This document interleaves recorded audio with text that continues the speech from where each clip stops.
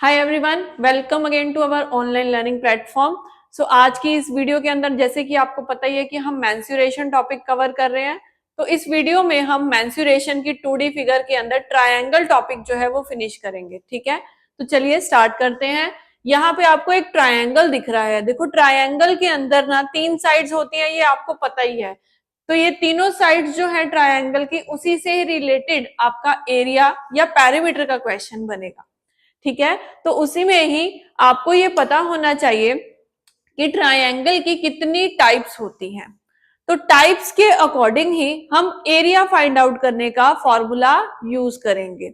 और उसके बाद में जो पैरामीटर होता है वो तो सबके लिए ही, जो भी उसकी साइड की टाइप है, तो उन सब के लिए पैरामीटर जो होगा वो सम ऑफ ऑल साइड्स ही रहेगा।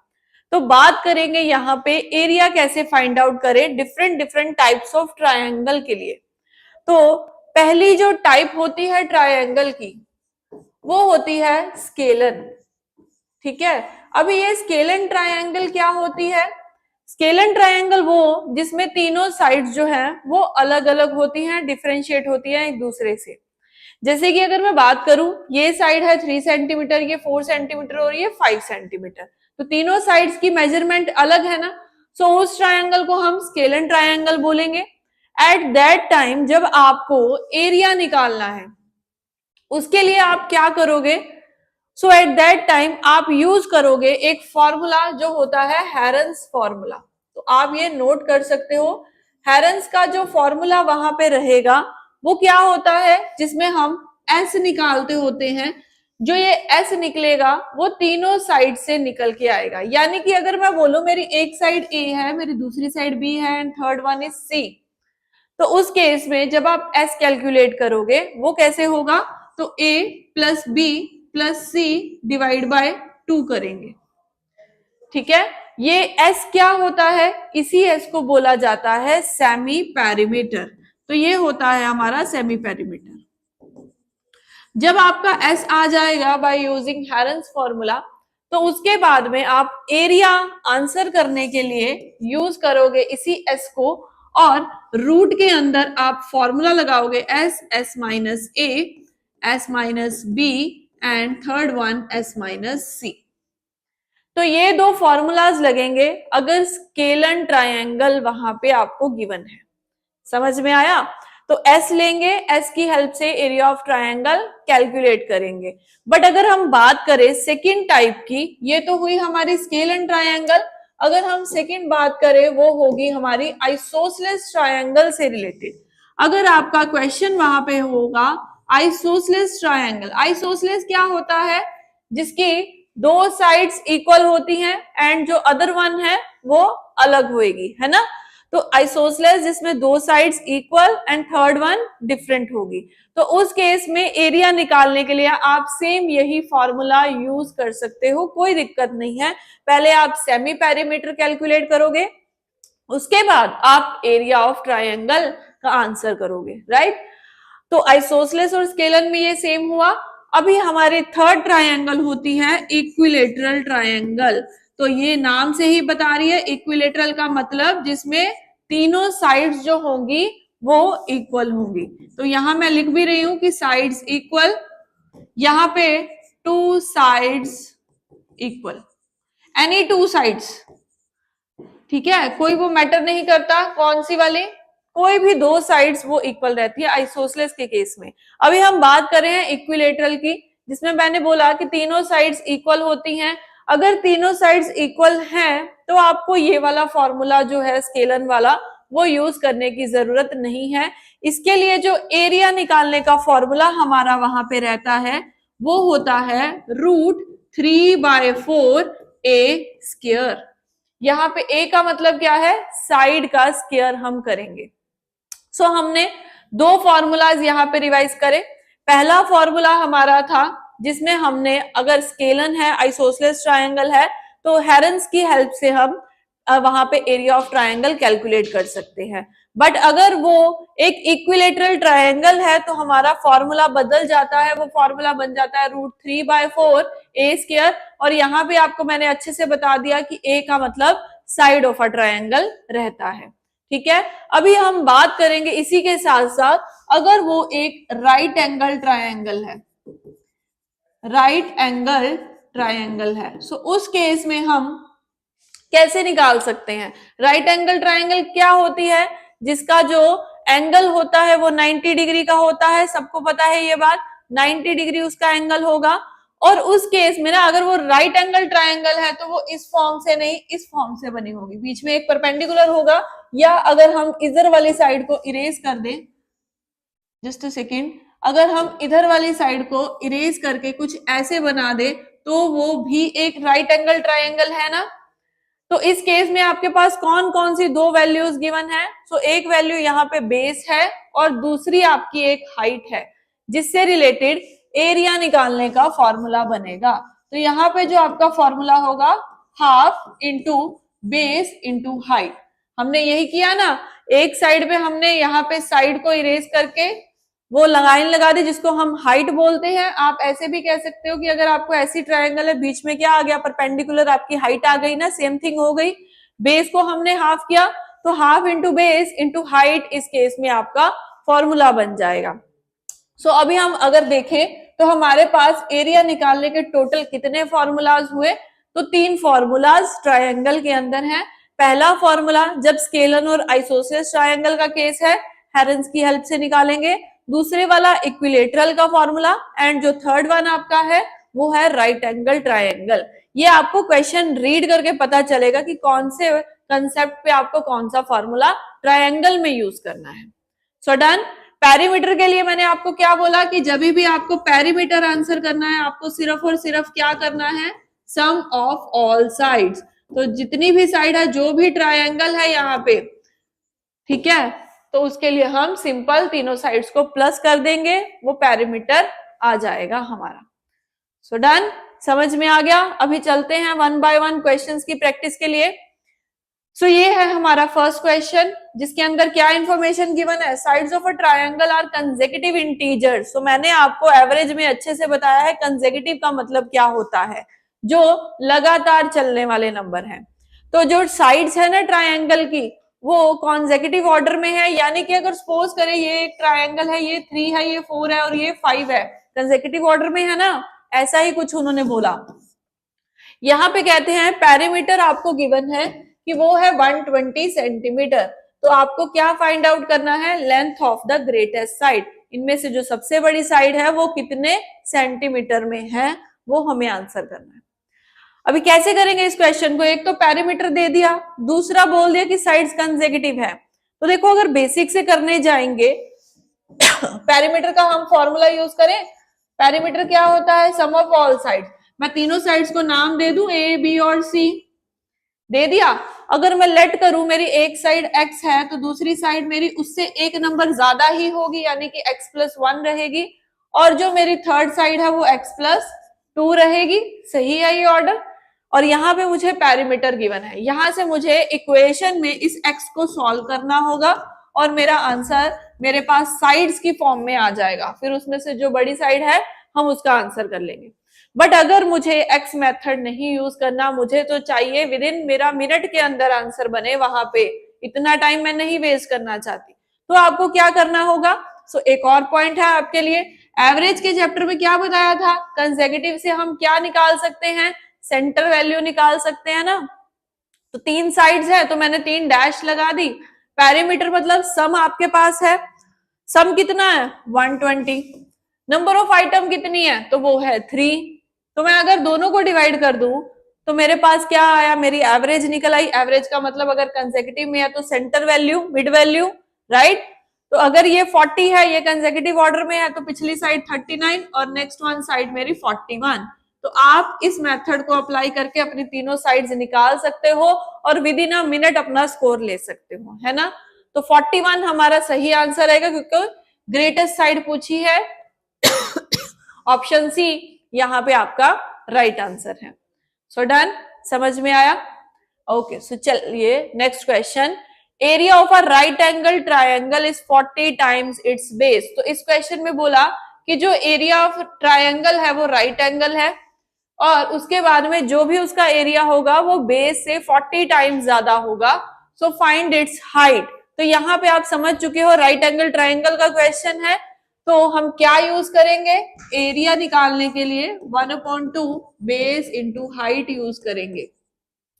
अभी बात करते हैं क्वेश्चन में क्या क्या इंफॉर्मेशन गिवन है। क्वेश्चन में एरिया बोला नहीं, गिवन नहीं है, बस इतना बता दिया कि जितना भी उसका बेस होगा उसका 40 टाइम्स ये होगा।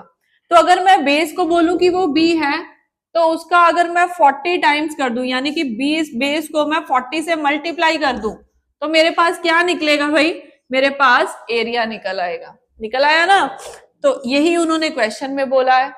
अभी दोनों की वैल्यूज यहाँ पुट कर देते हैं, तो एरिया की जगह पे 40b एंड बेस की जगह पे मैंने b यूज कर दिया, और मैंने फाइंड आउट क्या करना है, h फाइंड आउट करना है।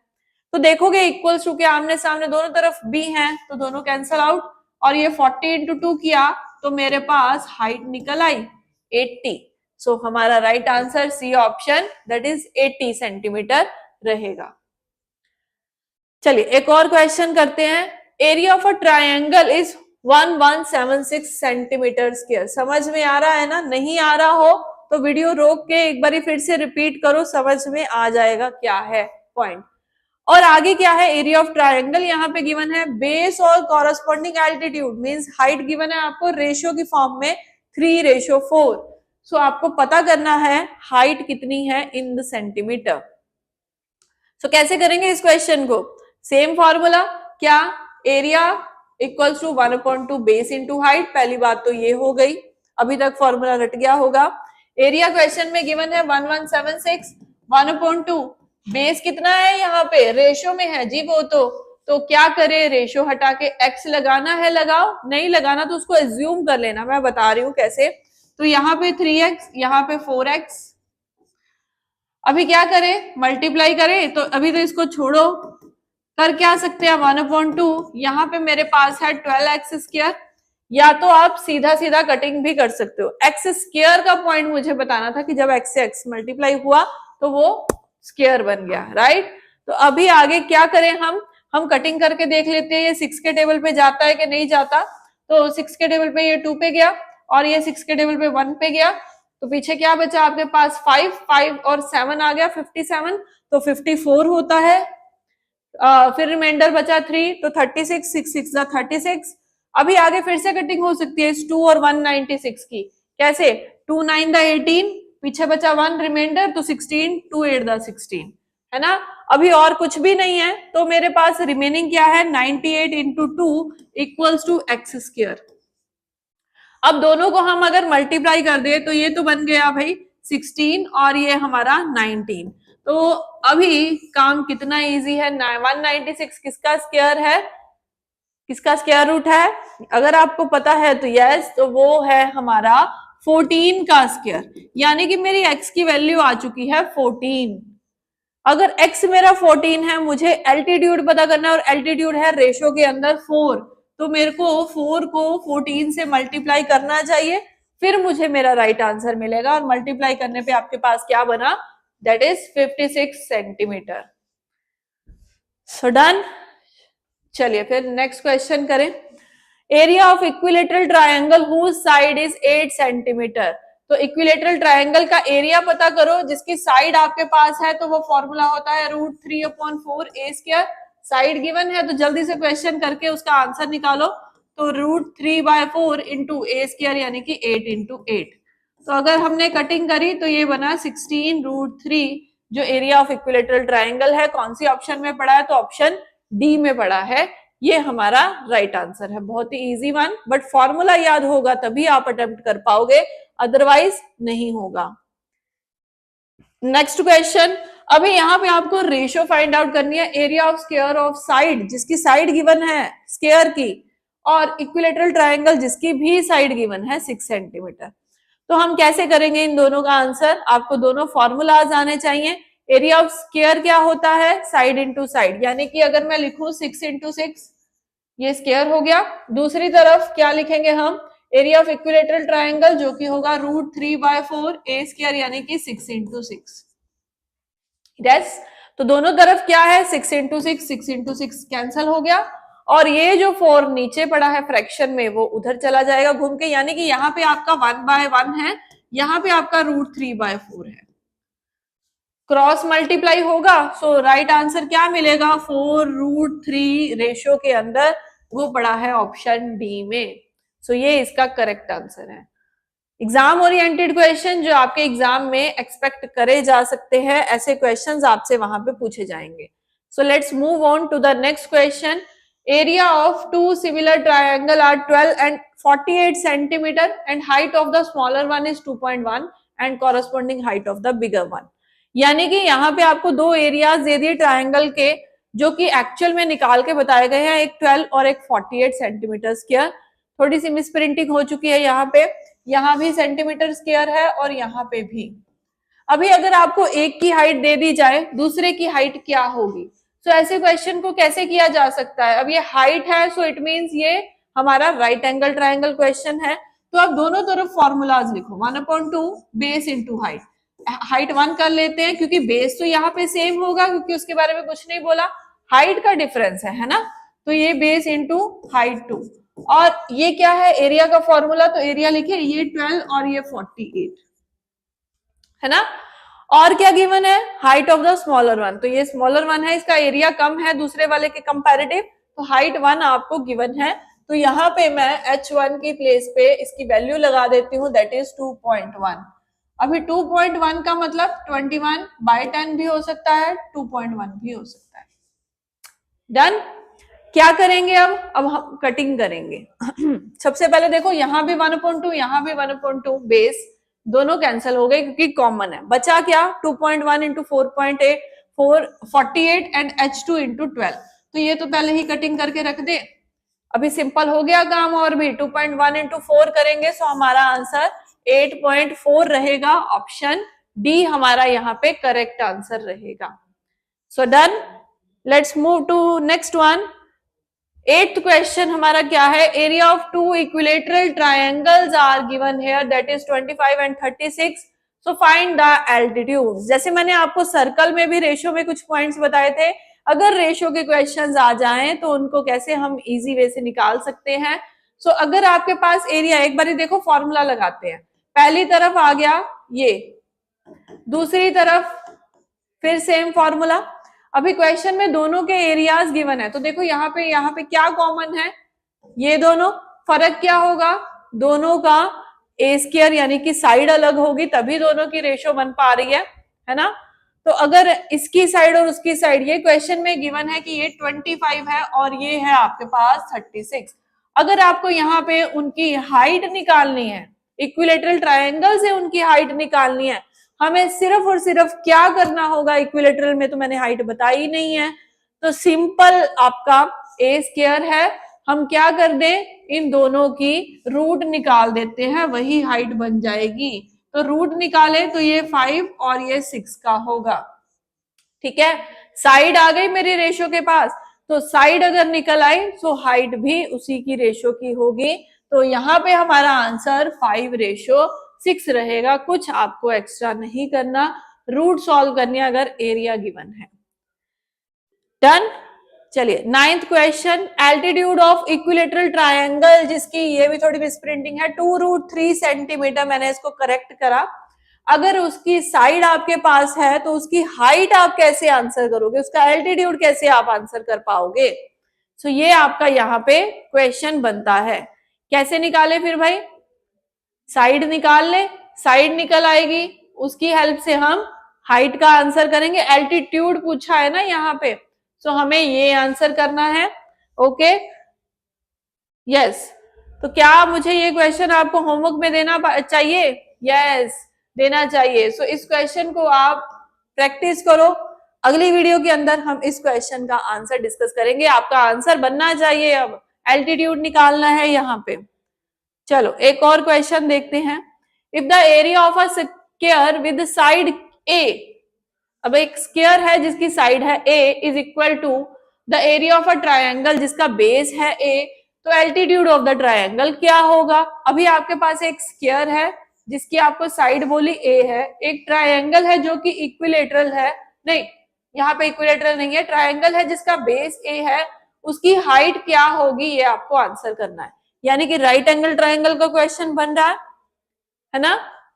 अब आप क्या करोगे, कैसे निकालोगे, दोनों का एरिया अगर सेम है तो इसका जो एरिया होगा वही उसका एरिया होगा, इसकी साइड गिवन है ए तो एरिया क्या होगा ए स्क्वायर। दूसरी तरफ हम अगर हाइट निकाल लिया 1/2 बेस है जो ए है, हाइट का आंसर करेंगे। सो एक ए के साथ ये कैंसिल हो गया, ये कितना बचा आपके पास 2a जो कि उसकी हाइट बनी। बहुत ही इजी क्वेश्चन का था, है ना। तो ये आंसर आपका आया 2a जो उसकी हाइट निकली, just help with the formula. चलो एक और question, if the sides of an equilateral triangle is decreased bye 20%, equilateral triangle है आपके पास जिसकी अगर साइड डिक्रीज कर दी जाए तो एरिया कितने से डिक्रीज होगा। मैंने आपको ये लास्ट वीडियो में भी बताया था कैसे करना है इस क्वेश्चन को। यस नहीं भी पता तो भी देखो पहले क्या है, √3/4 a स्क्वायर, ये ऑलरेडी पहले है। हम अगर लेट कर ले कि जो a की वैल्यू है वो 10 है, आप लेट कर लो, 100 लेट कर लो, 10 लेट कर लो, 1 लेट कर लो, कोई दिक्कत नहीं है। तो मैंने यहाँ पे 10 लेट करा है, तो √3/4 10 का स्क्वायर करे तो होता है 100, है ना। इसको ऐसे ही रखना, आगे सॉल्व नहीं करना अभी। दूसरी तरफ अगर देखे तो इक्विलेटरल ट्रायंगल में साइड को डिक्रीज करना है, डिक्रीज किससे करना है 20%, तो कितना रह गया 80%। तो अगर मैं यहाँ पे निकालू तो 80% को मैं कैसे सॉल्व कर सकती हूँ, 80 इंटू 80, और सॉरी यहाँ पे मैंने 10 लिया तो उसके अकॉर्डिंग 10 का 8% निकालना होगा, है ना। तो 10 का जब मैंने 80% कैलकुलेट करा तो 8% बचा ना, ये तो ये भी कैंसिल हो गया, तो कितनी आई हाइट, आपकी साइड कितनी आई 8 आई, है ना। तो ये हम 8 का स्क्वायर कर दे तो √3/4 8 का स्क्वायर किया तो 64 मिला मुझे। अभी दोनों तरफ क्या कॉमन है, √3/4 √3/4, आपको जस्ट क्या आंसर करना है, कितना डिक्रीज हुआ एरिया, बचा ही ये दोनों, तो दोनों का डिफरेंस कितना है 16। तो दोनों का अगर डिफरेंस अगर 16 है तो यहाँ पे करेक्ट ऑप्शन ई ऑप्शन बनना चाहिए, जो यहाँ पे नहीं है, that is none of this. तो दोनों में डिफरेंस आप देख पा रहे हो ना कि 16 का बन पा रहा है, नहीं यहाँ पे डिफरेंस 36 का बन पा रहा है, जो कि हमारा यहाँ पे ए ऑप्शन में जा रहा है। तो 16% यहाँ पे नहीं होगा, यहाँ पे करेक्ट आंसर 36% रहेगा। इसको करेक्ट कर लेना, डिफरेंस दोनों का 36 आ रहा है, तो जो डिफरेंस आएगा वही आपका करेक्ट आंसर यहाँ पे रहेगा। सो डन, समझ में आया ये क्वेश्चन। आप फिर सिर्फ और सिर्फ फॉर्मूला और लेट करके इसका आंसर इजीली कर सकते